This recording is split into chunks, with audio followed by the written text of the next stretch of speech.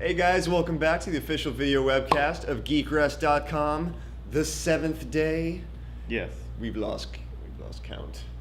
But who cares? What's up? Aaron Holland from the comic shop joining me once again, doing another weekly recap. And this is Adam from Geekrest, and don't hate us because we're beautiful. Don't hate. You can send emails though. We're gonna touch on a few things that came out starting from last weekend, which was C2E2. Yeah, man. C2E2 last year was a blast. It's a great convention. I didn't go this year because Why didn't you go? You could have gone. I could have gone, but I was just too busy building the Geek Easy bar and partying with all those girls. Yeah. The rock star excuses. No, I mean, I'm building my bar and playing with ladies. I have to keep the vomit out of their tracheas. That's true. All right. Your job title is dude. All right, so Marvel had some announcements. They're going to launch a new ongoing series. Right. For some characters. Which for Marvel means at least 12 issues, perhaps. At least. Hawkeye is going to be getting his own series. Right. This is Fraction writing, and Hawkeye's kind of had his own series in the past Here 20 and there. years. He had like Hawkeye and Mockingbird. He's had like Avengers Solo was basically Hawkeye. Can he carry a book? Well, I mean, he's gonna have the movie push. He's a fun character. If Green Arrow can carry a book, why can't Hawkeye? That's what I'm thinking. Yeah, but Archer on Archer. You got to get a good artist. Yes. Aja, man. Aja.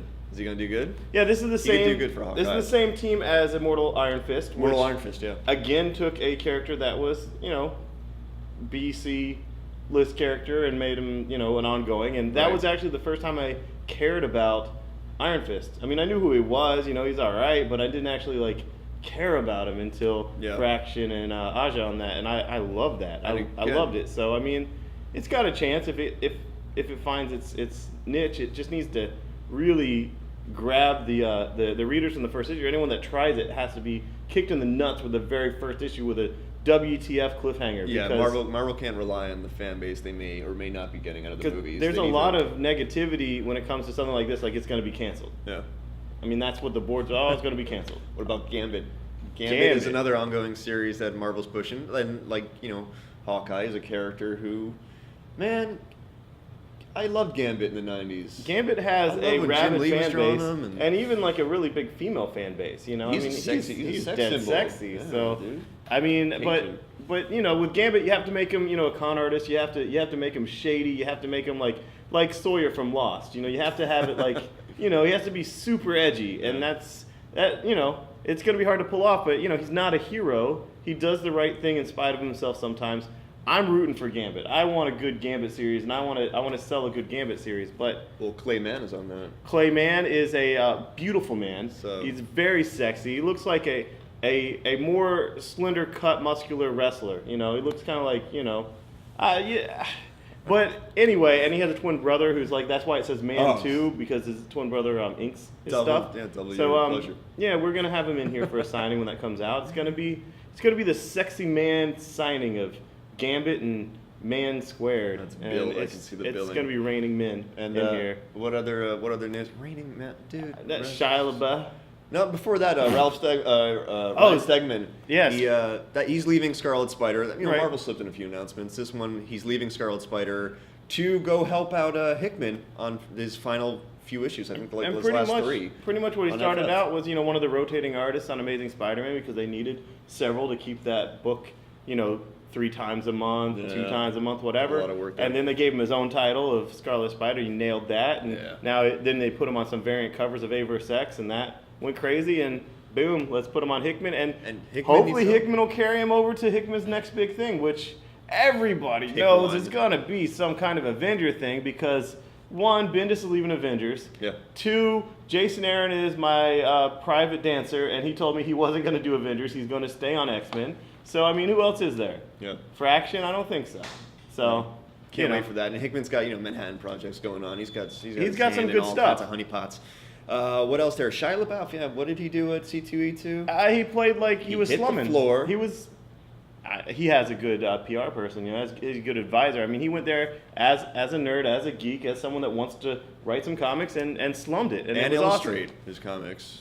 So, what? He's drawing his comics. He did a lot of the sketches. What? Yeah. Seriously? Yeah, and I don't know what he's doing though. He's I hope that's not going to be some kind of swipe file type of thing like we had with remember like the Kiss Son where he was swiping everything from like Bleach or something. You know, like Gene Simmons. But no, I have nothing but respect for Shia. I mean, people can hate on me all they want, respect but his approach to the. I think he's a good celebrity, personally. I do, because like when he was arrested for drunk and disorderly, he didn't like lawyer up and then argue it to like a whatever. He threw himself on the mercy of the court. He did his community service. He's a good guy. He's on the showroom floor, you know, talking to other artists and just I'm rooting for him. I don't know if his books are good. I didn't check him out yet. Right. I'm rooting for him though. But everything in his approach means credibility. Yeah. He's got credibility, street cred. Speaking of street cred, what about all these amazing Fables and Vertigo announcements? DC Comics, they slipped in some announcements from their Vertigo line. Collider is a new book coming out. Right. Which has been pitched as Punk Rock Jesus. Punk Rock Jesus. And my question is, why don't they just freaking call it Punk Rock Jesus? Because like it's like Collider. I mean, what? I think Collider. I think of like that film site on the internet where you get your movie news. I think of it like a kaleidoscope or something. I don't know. Science stuff. It just seems like Vertigo always has to be like, we have some heady, multiple meaning title that, it's a double entendre pun. You're just not literate.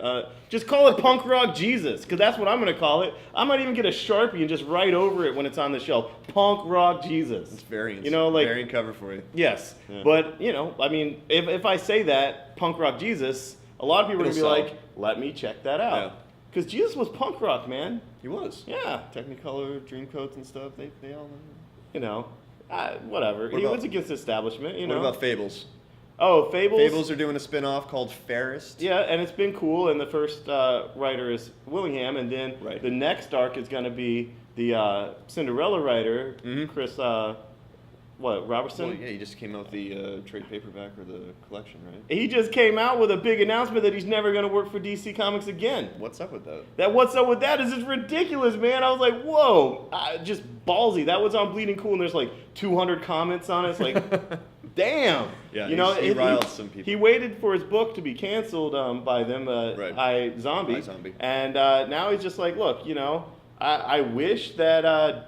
some of these characters weren't owned by DC. I don't agree with their practices. I don't agree with how they treat my friends that are other creators, and I'm not going to work for them anymore. Yep. And it's like, I thought like Before Watchmen also kind of... Before Watchmen was a big name drop. He had the way they handled Before Watchmen. And what I read from his tweets and Chris's whatnot, it just sounded like, and this is me inferring, just sounded like, I don't like things Dan DiDio says and how he says things or what he, I'm reading between the lines, but I'm excited about Before Watchmen. I'm going to do a big thing in here with Before Watchmen, where if you subscribe to all 4 Before Watchmens, I'm going to give you Bleeding Cool Magazine #1 for free. What? Because you obviously like controversy. Obviously. So stick to the news. I do see, things that were said by Dan DiDio that are just kind of like, I would say it differently, but, I would just say, look, not that we're updating the characters by doing their past. I would say, these are characters that were reimagined from Charlton characters, and just as Alan Moore reimagines the League of Extraordinary Gentlemen characters. Yeah, I know. Blah, blah, blah, blah. It's a gray area, and everyone's got their own. I mean, I understand it from both sides, but one dude he's vocal about it right now. Yeah, with so... his exit. I don't know. There's a lot of rumblings behind the scenes of DC, but DC had another great announcement of the Zero issues. The Zero issues. Wow. I wish they wouldn't do the Zero issues. There's just this big thing in fandom where they like to complain. Obviously, every fan likes to complain, but I do think that comic fans, and I have over a decade of experience with comic fans on the retail level. This guy's a dinosaur. The Venn diagram of comic fans and people with Asperger's just overlaps so much that when they have the issue numbers, like, oh my effing God, where do I rack this? How do I put this 0 issue? It comes between 12 and 13. Oh my God, what do I do? What do I do? It's like it's a 0 issue. This is a gimmick. It's a gimmick. It's like gimmick means marketing, means pitch. It means something. It's to highlight it.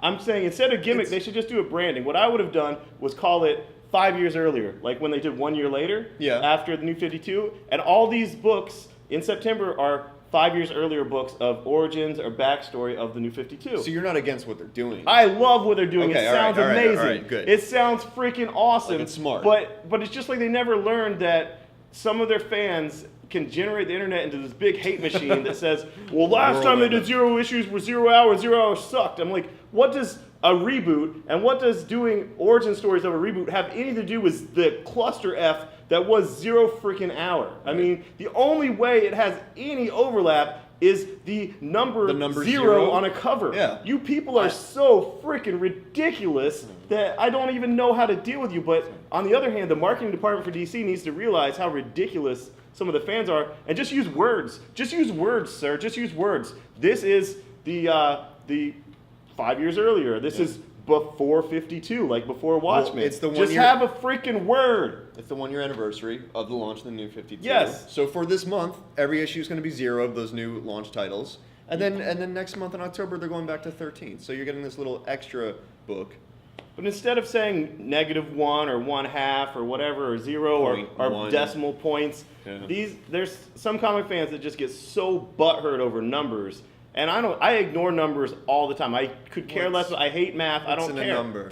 I just call it something. Brand it, you know? Yeah. Give it a brand and call it all the same brand. Boom, that month, every DC comic is called before 52. Yeah. But whatever. I like whatever. what they're doing though. It's a smart idea. I've been saying that for a long time though. I've been saying The that number when they had the 5 shipping weeks, Yeah. and there's 5 Wednesdays. Oh, yeah, yeah, And there I was remember one that. Wednesday that had no DC titles at all because they all Why were in their didn't they? regimented things. I was like, why didn't they do some one-shots Right. filling in the origin stories or backstory of the new 52? That was a long week. And I said that on my videos, and they're finally doing it. So thank you, DC, for listening to me yet again. Yeah. But numbers are irrelevant. I hate numbers. Numbers are stupid. I hate numbers. Yeah. Moving on.